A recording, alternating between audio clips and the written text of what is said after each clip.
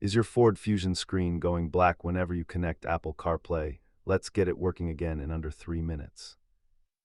Statistically, the vast majority of these connection failures are caused by minor software glitches or faulty data cables. Before you visit the dealership, let's walk through the diagnostic steps to rule out the most common culprits. Start by swapping your Lightning cable for a genuine Apple product, then clear the Bluetooth and CarPlay profiles from both your phone and the car. Often the issue is a corrupted cache or a simple restriction setting within your iPhone's privacy menu, blocking the connection. If software tweaks fail, check the USB port itself for debris or wear, as these hubs are known to fail over time.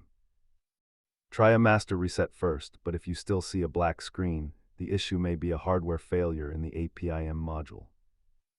A DIY reset is free, while a new USB hub is affordable, but an APIM module replacement is significantly more expensive. Perform a hard reset by holding the power and forward seek buttons for 10 seconds to force the system to reboot. Keep a spare high-quality cable in your glove box to rule out connection issues whenever the screen goes dark. Remember, automotive electronics are finicky, and a simple power cycle is often all it takes. If this guide helped you fix your Ford Fusion, hit like and subscribe for more troubleshooting tips.